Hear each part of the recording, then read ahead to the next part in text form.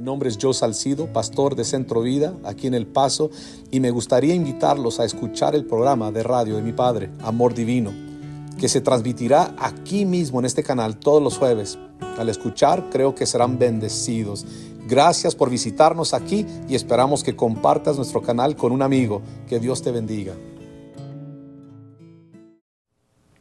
Para valorizar la tuya, qué precioso el Señor, ¿verdad? Al darnos su misma vida para darnos a nosotros ese valor que la humanidad se merece, no porque somos tan especial, ¿no? Sino porque Él es el especial. Él es el que merece todas las gracias y la gloria porque Él es el que vale, y el que vale nos puso a nosotros valor. ¿Y cómo lo probó?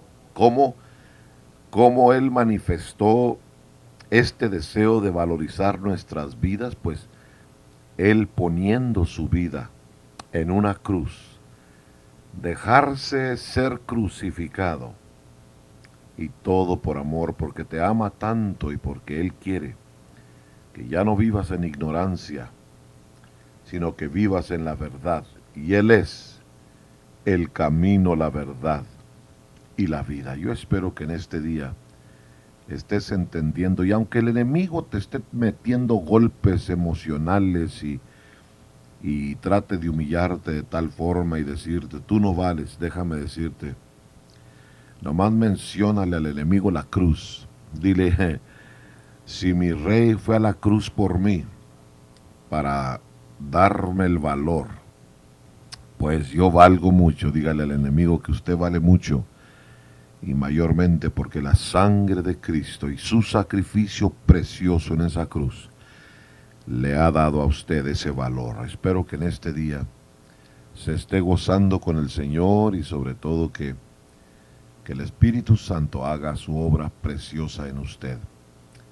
Mayormente se queda uno maravillado de la misericordia del Señor y cómo Él nos sigue guardando y nos sigue moviendo en un mundo tan lleno de dolor. Estaba viendo lo que está pasando alrededor de la tierra, tanta incertidumbre, ¿no?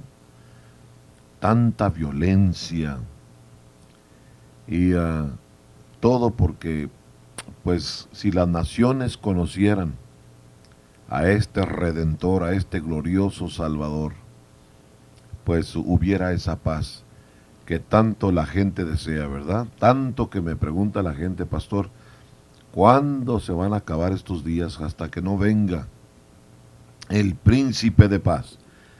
Porque el hombre en muchas formas trata engañado para traerle paz a los pueblos, pero no va a haber paz hasta que el príncipe de paz no esté reinando en los corazones de los hombres. Él es el que da la paz, Él es el que nos da la habilidad de amar aún al que no merece ser amado, ¿verdad? El Señor nos da ese amor. Así es que cuánto agradezco el amor que se le brinda a uno. Y uno tiene un trabajo que hacer, y ese trabajo es de despertar cuantas almas podamos, y aún despertar a la iglesia para que no se ponga a dormir en medio de una guerra espiritual tan intensa, tan tremendamente desesperante, ¿no? Porque cuando vemos por qué el Señor salvó a la iglesia y para qué la salvó, pues es necesario que entendamos que tenemos que seguir al Maestro si esperamos terminar aquella obra la cual el Señor nos ha ordenado que acabemos, ¿verdad?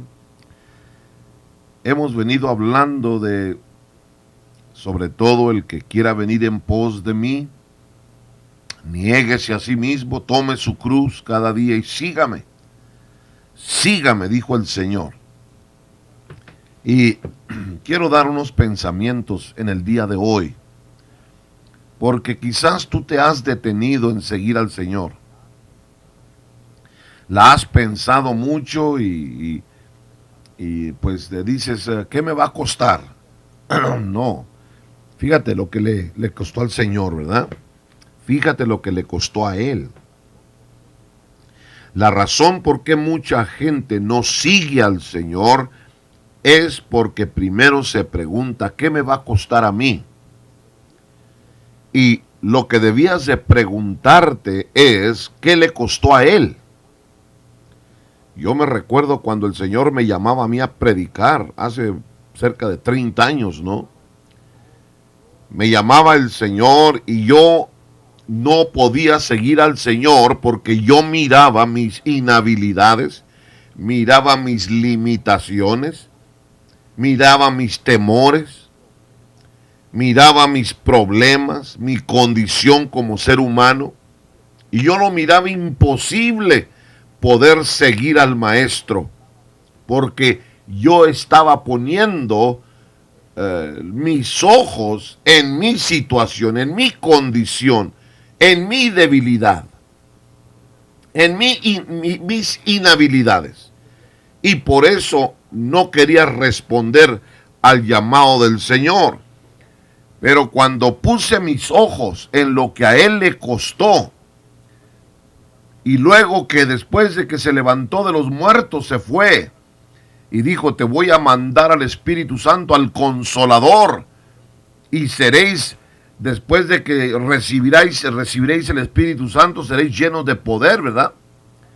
Cuando vino el Espíritu Santo llenó a la iglesia de poder, entonces comencé a entender el libro de los Hechos, porque a mí nunca se me había predicado mucho sobre el libro de los Hechos, sobre el poderoso Espíritu Santo, sobre lo que Él hace en la vida del creyente, sobre lo que Él hace en siervos de Dios y cómo los usa y cómo los mueve en su tremenda sabiduría. Cuando vine yo a saber y se me reveló en mi espíritu lo que Él hizo por mí y cómo Él está sentado a la diestra del Padre en poder y gloria, cómo Él, el Señor Jesucristo, es el que aboga, el que intercede por mí delante del Padre, el que está continuamente orando, rogando al Padre a favor de mí, dije yo, Señor, no hay nada imposible para ti y no hay cosa que yo no pueda hacer en tu nombre. Así es que, Padre, aquí estoy, ¿no? Aquí estoy. Y fue las primeras palabras que le dije después de que yo le dije, sí predico, Señor, yo te sigo, porque, Señor, no entendía, Señor, realmente yo estaba enredado en mi debilidad en vez de ver el poder de Dios y su tremendo llamado que Él pone en la vida del creyente, en la vida de sus siervos.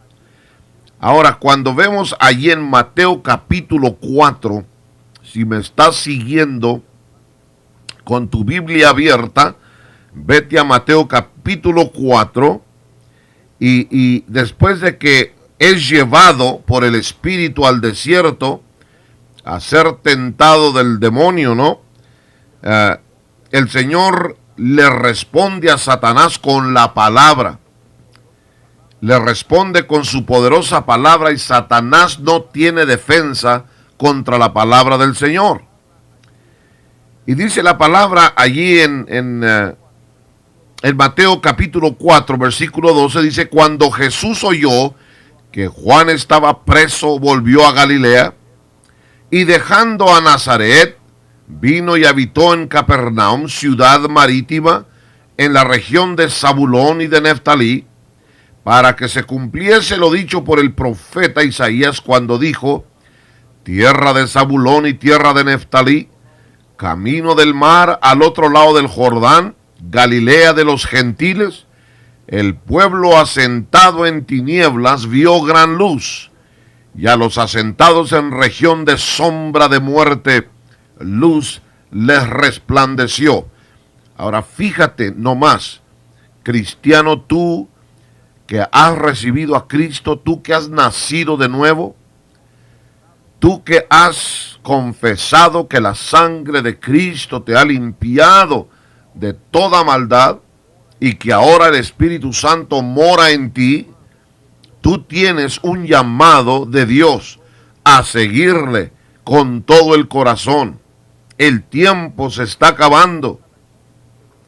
Y ojalá hay muchos de los que se dicen ser cristianos cuando el Señor nos llame a cuentas, no diga el Señor, siervo malvado, te salvé con un propósito, me revelé a ti con un propósito, no para que escondieras el talento, no para que escondieras tan grande salvación.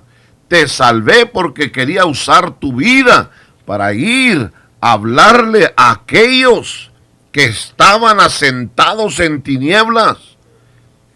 Te llamé porque estaba un pueblo religioso lleno de mentira y de engaño, esperando que tú llegaras y les hablaras de mi palabra y de la libertad que podían tener por mi espíritu, pero no lo hiciste. Te acobardaste, tuviste miedo. Y vemos cómo el Señor está en esta hora diciéndole a la iglesia, levántate a trabajar, porque ya la cosecha está lista. Ciertamente que hay mucha cosecha. Y el Señor decía, rogad al Señor de la mies, que envíe obreros a su mies, porque la mies a la verdad es mucha, y los obreros pocos.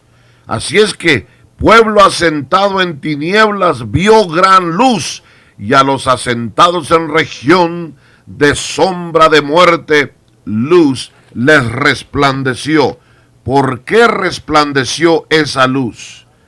Porque comenzaron hombres de Dios a seguir al Maestro. Comenzaron gente a prepararse porque habrían de cambiar su mundo. Lo habrían de voltear al revés con este glorioso evangelio. El Señor nos está esperando a nosotros.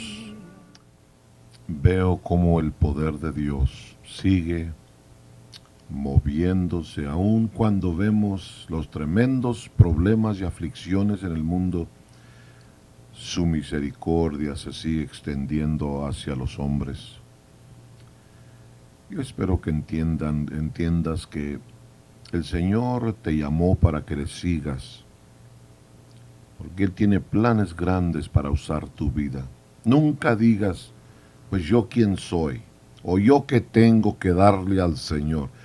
Tú dale tu vida al Señor y sigue al Maestro, y tú déjalo a Él, que Él se encargue de eso. Tú nada más ponte en las manos del Señor, disponible a hacer la voluntad del Maestro, y Él te va a usar en su tremenda gracia y sabiduría. Cuando estamos hablando de la palabra del Señor, porque Juan estaba allí ya predicando el reino, y decía Juan, arrepentíos porque el reino de los cielos se ha acercado, y dice que andaba el Señor junto al mar de Galilea y vio a dos hermanos, Simón llamado Pedro y a Andrés su hermano, que echaban la red en la mar, porque eran pescadores. Y él les dijo, venid en pos de mí. Dice, y os haré pescadores de hombres. ¿Quién era Pedro y quién era Juan? ¿Quién era Jacobo? ¿Quién eran el resto de los discípulos? La gente se admiraba del poder y de la unción que traían, porque eran hombres que no habían estudiado, no eran hombres educados. Eran hombres relativamente para un mundo secular, eran hombres ignorantes, eran pescadores, eran trabajadores. Trabajaban todo el día, toda la noche, buscando el pescado para alimentar sus familias, ¿no? Pero cuando ven al Señor, y el Señor les dice, venid en pos de mí, ¿ah? Y os haré pescadores de hombres, dice la palabra que ellos entonces, dejando al instante las redes, le siguieron. Al instante. Dice que dejaron esas redes y le siguieron. Estaba yo leyendo la historia de un guardia en una de las prisiones de Nueva York. Él estaba dando ese testimonio. Y era el testimonio de un muchacho de 28 años. Había matado 2 personas. Y dice este guardia que él andaba jugando con su vida espiritual. Dice, yo no estaba serio, yo no estaba siguiendo al Señor. Yo hacía mi trabajo, me iba a la casa, veía fútbol, veía béisbol. Yo estaba enredado, dice, con las cosas del mundo. Yo no miraba el valor de una alma. Yo no miraba el valor del llamado de Dios sobre mi vida. Yo nada más sabía que yo estaba allí como guardia en aquella prisión y hacía lo que me mandaban.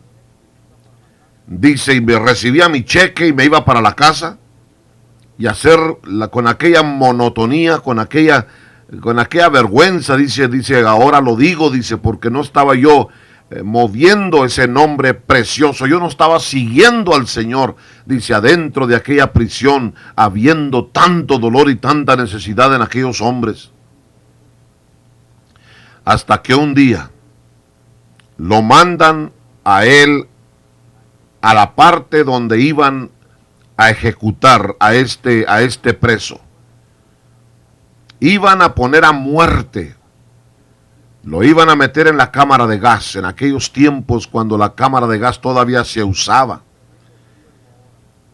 Y dice este tremendo siervo ahora, dice, yo miré, cuando había llegado el momento de trasladar de la celda a aquel preso y moverlo hacia la cámara de gas. Dice, nunca se me olvida lo que me estremeció y me cambió para siempre. Cuando vio a aquel joven, dice que él le dijo, joven, es tiempo, sígueme. Sígueme. Él iba a ser el guardia que aquel preso iba a seguir hacia su condena, su pena de muerte por lo que había hecho. Y allí el Espíritu Santo le habló y le dijo, qué interesante que le dices a este hombre, sígueme a la cámara de gas para que muera. Y yo te he estado hablando, le dijo el Señor, para que tú me sigas a mí. Y tú no has querido. Allí cambió el Señor su vida para siempre.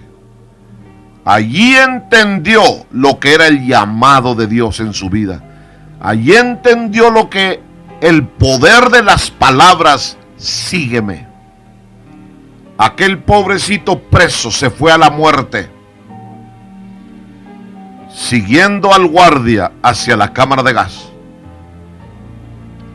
hasta que él entendió, si voy a seguir a Cristo tengo que morir a mi carnalidad, a mi rebelión, a mi desobediencia, y decirle, Señor, heme aquí estoy, yo te seguiré por siempre.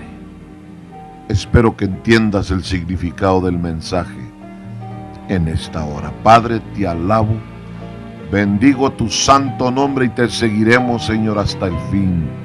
Recibe toda la gloria y sigue tocando al pueblo, que sigamos obedeciéndote y siguiéndote hacia donde está la necesidad y el dolor del pueblo.